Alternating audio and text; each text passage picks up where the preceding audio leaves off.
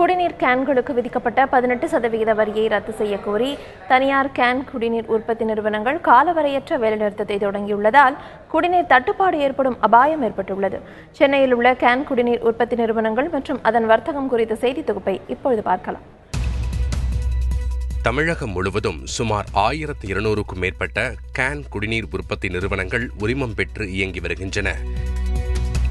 சென்னை, காஞ்சிபுரம், திருவள்ளூர் ஆகிய மாவட்டங்களில் மட்டும் 400க்கும் மேற்பட்ட குடிநீர் நிறுவனங்கள் இயங்கி வருகின்றன.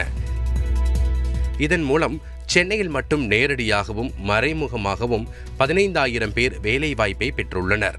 இவர்கள் மூலம் தினமும் 2 கோடி லிட்டர் தண்ணீர் வீடுகள், வணிக நிறுவனங்கள் உள்ளிட்டவற்றிற்கு விநியோகம் செய்யப்படுகிறது.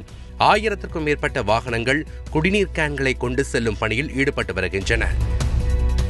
சென்னையில் பேக்கிங் வாட்டர் துறையின் ஆண்டு வர்த்தகம் 1200 கோடி ரூபாய் என்று சொல்லப்படுகிறது. நிலத்தடி நீர்மட்டம் குறைந்து வரும் காரணத்தால் சென்னையை சுற்றியுள்ள பகுதிகளில் செயல்பட்டு வந்த 33 குடிநீர் நிறுவனங்களை மூட சமீபத்தில் தமிழக அரசு உத்தரவிட்டது குறிப்பிடத்தக்கது.